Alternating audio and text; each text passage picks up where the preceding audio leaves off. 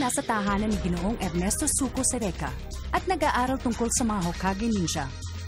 Dalawang nilalang ang sumagupa sa kanila na may gamit ding mahiwagang sandata. Sina Lorcan Kugane na gumagamit ng Kongo Anki at si Gideon Mokuren na gumagamit ng Kodama. Sa pamamagitan ng kamandag ng halaman ni Gideon, hindi na igalaw ni Reka ang kanyang buong katawan. Maging sina Aira at Max ay walang nagawa sa kapangyarihan ni Gideon.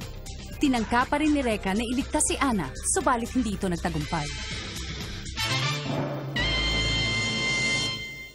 Ang bangis ng mandirigmang si Kurei.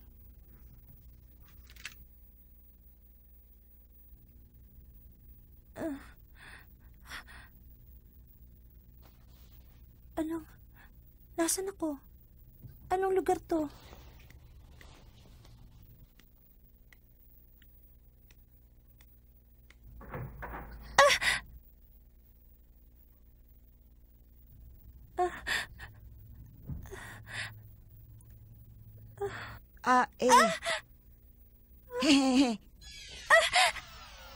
Sino ka?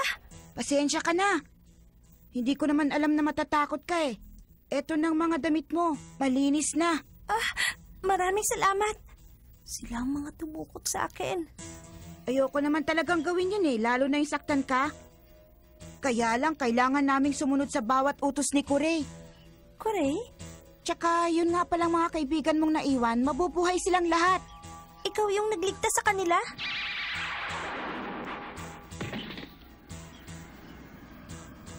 Anong nangyari sa asawa ni Mr. Zuko? Siguro naman okay na yun ngayon. Siguro? Ano bang gusto mangyari sa akin ng Kurei na yan? Ako na ang bahalang magpaliwanag sa kanya.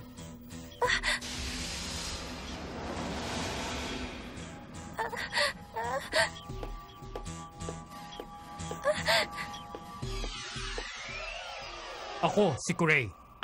Prinsesa!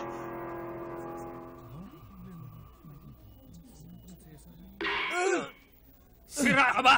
Nasa ospital ka? Ang ingay-ingay mo? Hindi niyo naman kailangan gawin yun eh. Ospital? May tumawag sa akin sa bahay. Nasa ospital ka raw dahil nakipag-away ka sa mga kaklase mo. Uli-uli, pag makikipag-away ka, huwag mo nang idamay ibang tao. Tingnan mo, bata ka. Pati tuloy sina Aira at Mrs. Zuko nasaktan dahil sa'yo. Aira? Max? Ang laki tuloy ng babayaran ko. Wala pa ring malay si Mrs. Zuko. Pero sabi ng doktor, ligtas na raw siya. But she'll be all right. Kailangan na lamang niya magpahinga. Teka nga pala, nasaan ang prinsesa ko? Dinukot nila si Ana. Anong sabi mo? Ito ang palasyo ng aking ama sa gitna ng kagubatan. Ilan lamang ang nakakaalam ng lugar na ito. Ngumiti ka naman, Ana.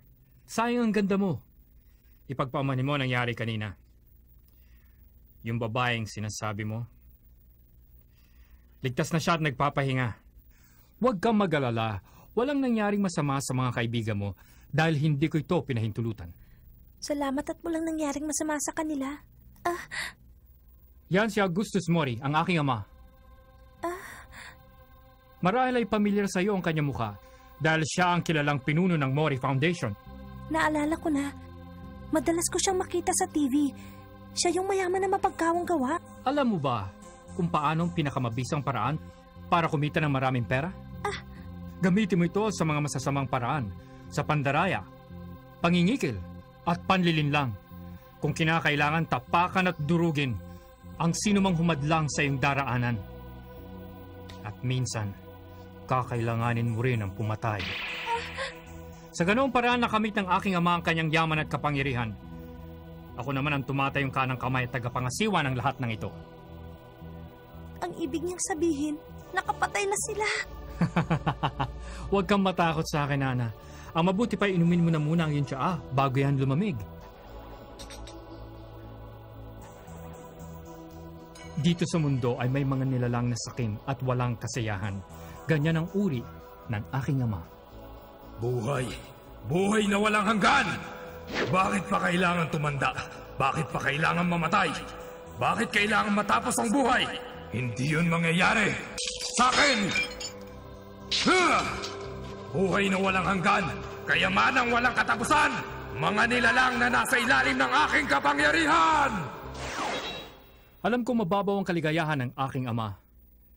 Subalit, nais ko mapagbigyan ang lahat ng kanyang kahilingan. At ikaw, Ana, ang susi ng lahat.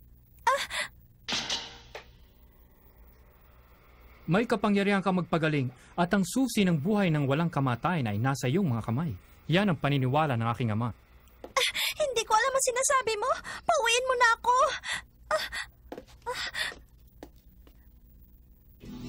May nilagay siya sa tsaa. Kung hindi mo mamasamain, kailangan kong suriin ang buo mong katawan, Ana.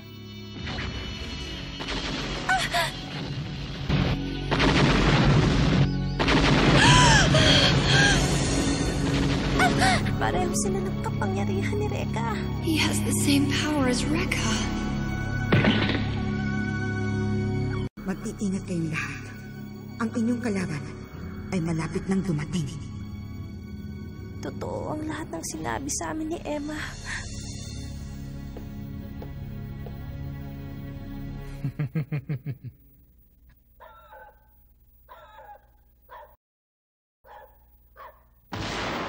Emma Kagihoshi! Magpakita ka sa akin! Hindi ba lagi mo akong binabantayan? Ngayon ka magpakita sa akin! Nasaan ka na? Tinatawag ba niya yung nakakatakot na babae? Max naman, sino pa ba sa akala mo? Nung una, kami ni Ira ang pinaglaban mo. Sumunod, kami naman dalawa ni Dylan. Sabihin mo nga sa akin kung pakana mong lahat ng ito. Sabihin mo! Reka, tigilan mo na nga yan. Hindi na yung darating. Oo nga. Tsaka pag dumarating yun, palagi may masamang nangyayari. Tumigil kayo!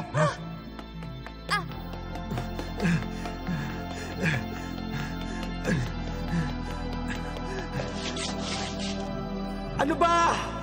Saan mo tinago, prinsesa ko? Reka, Duwag ka ba? Bakit hindi ka ngayon magpakita sa akin?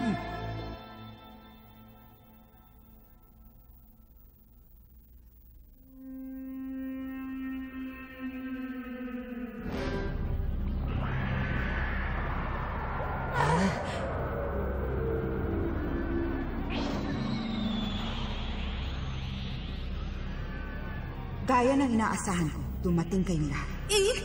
Ayan na! Hindi ba dito ka una nagpakita sa akin? Kaya alam kong dito ka rin matatagpuan. At ngayon, Isang tanong, isang sagot. Saan mo dinala ang prinsesa ko? wala akong kinalaman sa mga nangyari. Anong sinabi mo? hindi kami naniniwala sa mga sinabi mo. Relax ka lang. Isa rin itong mahiwagang sandata ng Hokage, ang Eikai Gyoko. Nakikita nito ang lahat ng mga nangyayari kahit nagaano pa man ito kalayo.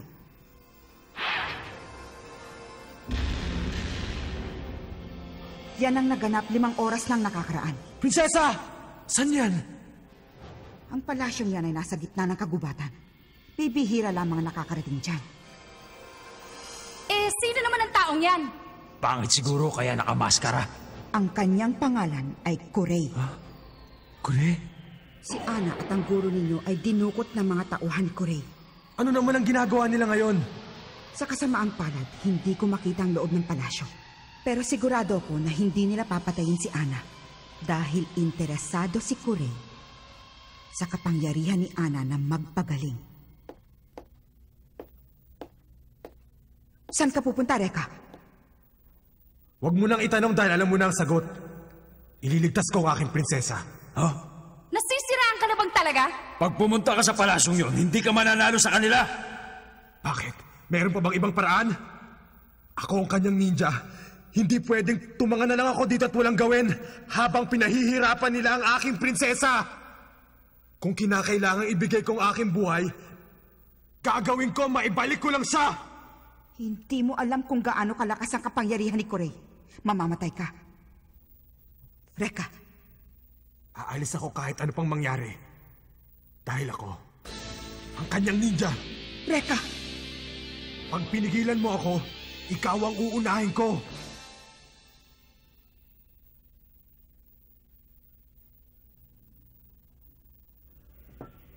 Nauunawaan ko. Pero ipangako mo muna sa akin. Ano yan? Kapag nalaman mo na ang kapangyarihan ni Kurey ay mas malakas kaysa sa'yo, umatras ka ng laban. Umatras? Hindi ako ganong klaseng tao! Paano pag namatay ka?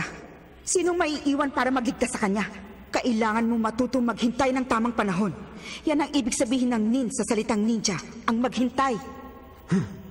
Alam ko, Emma. Maraming salamat sa payo mo. Akala ko kasi nung una kalaban ka, pero ngayon iba na ang tingin ko sa'yo. Emma? Ha? Marami akong gustong malaman.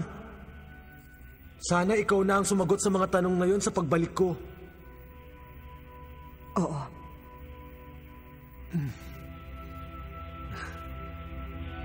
Sige!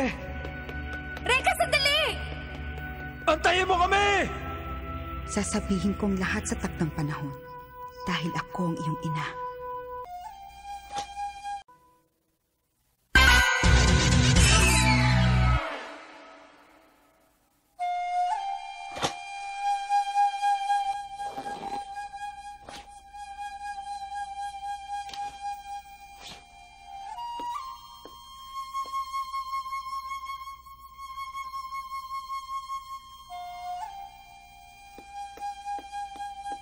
Ang badoy-badoy naman ang suot mo, pare. Anong ginagawa mo rito? Siyempre, sasama kami. Anong pinagsasasabi nyo? Para sa akin lang ang lakad na to at hindi kayo pwedeng makialam. Masyado ka naman swapang, Reka. Kailangan ko rin makaganti sa alimaw na yon. Ganon din si Ira. Kaya huwag mong sabihin para lang sa'yo o kaya kay Ana. Para din sa akin. Para din kay Ira. Naintindihan mo ba, ha, Reka? Ayos ba? Oo. Reka? Bahala kayo. Pero hindi ko alam kung anong mangyayari. Alam namin yun, no? Hindi ko alam yun, ah!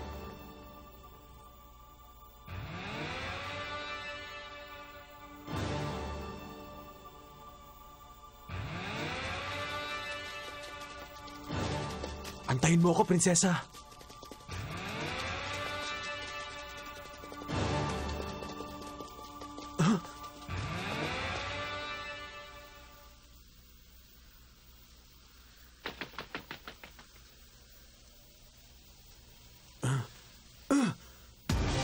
Ira!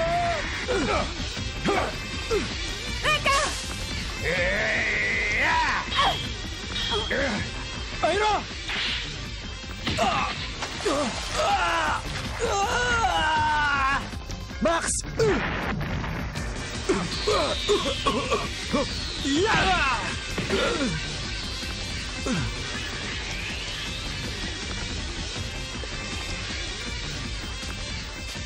Ang ganda ko talaga.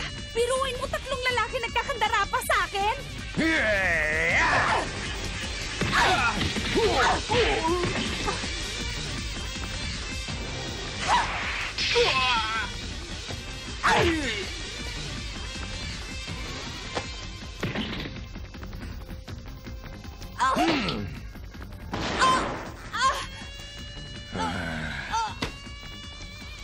Akala mo ba hindi kita papatulan dahil babae ka? Huwag mong sabihin gagamitin mo uli yung Fujin, Ira.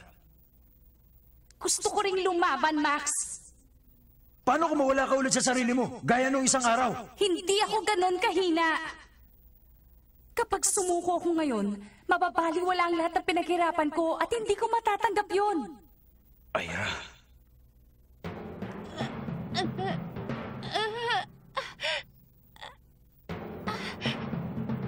Makakaya ko.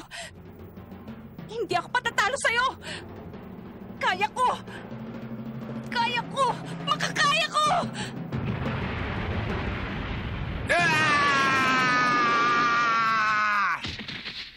Ha?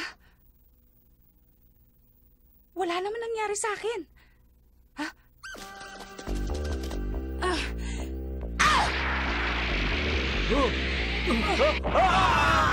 Nakuha ko!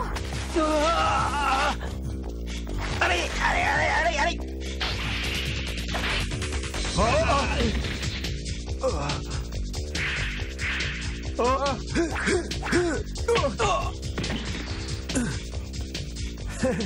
Reka!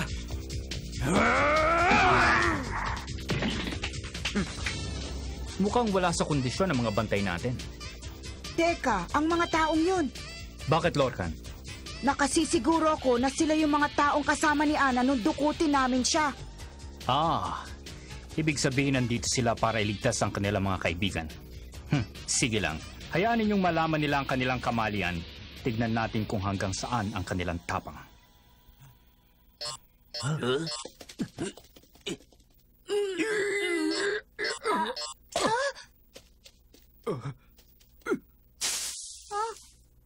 Ano nangyari sa mga yon? Hindi ko rin alam eh.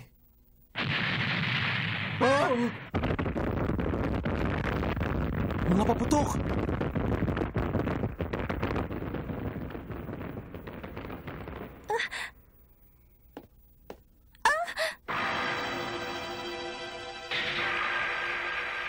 Anong nangyari doon?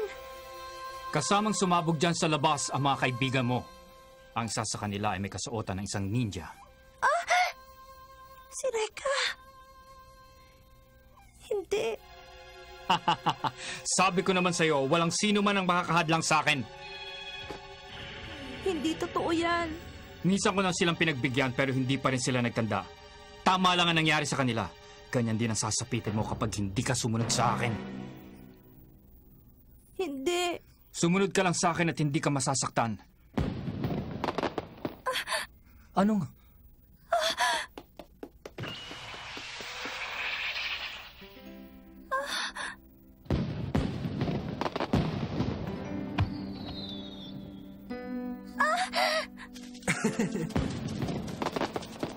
Sira ka talaga, Rekka! Nagpalabas ka ba naman ng mga paputok mo eh? Ngayon alam na nila. Tapusin na natin to. Oo! Mas masaya ito kesa sa inaasahan ko.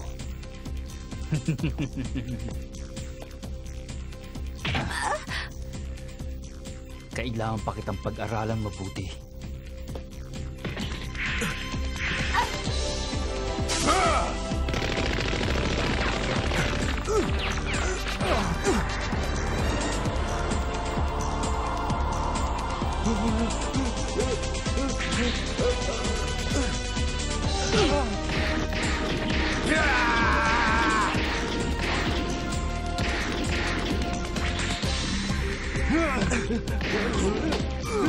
Nasaan ang prinsesa ko?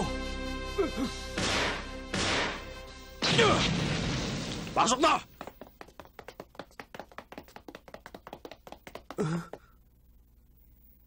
Walang tao dito. Hindi nila tayo pwedeng lokohin, no? Nakulong na tayo! Wala nang ibang daan kundi ang dumiretso.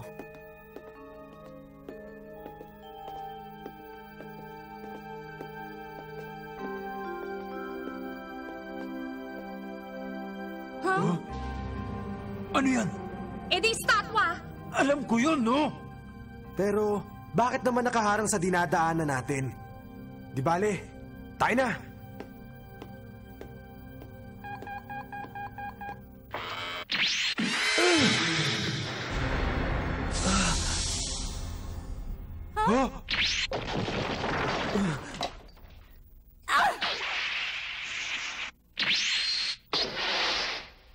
Ano ba yan? Isa pa ha? Tuloy kayo mga pakialamero. Ako ang may-ari ng palasyong ito. Si Kurey. Kung ganon, magpakita ka, duwag! Kung ako sa inyo, hindi muna ako gagalaw. Yan ang statwa ni Maria. Tinitira niya ng laser ang anumang bagay o tao na gumagalaw. Kayang bumutas ng laser na ito ng hanggang 20 sentimetro sa kahit anong bagay. Ano ngayon ang gagawin ninyo? Kung gusto nyo, maglaro muna tayo. Gawin nating masaya para hindi nakakabagot. Still got your friends. And that...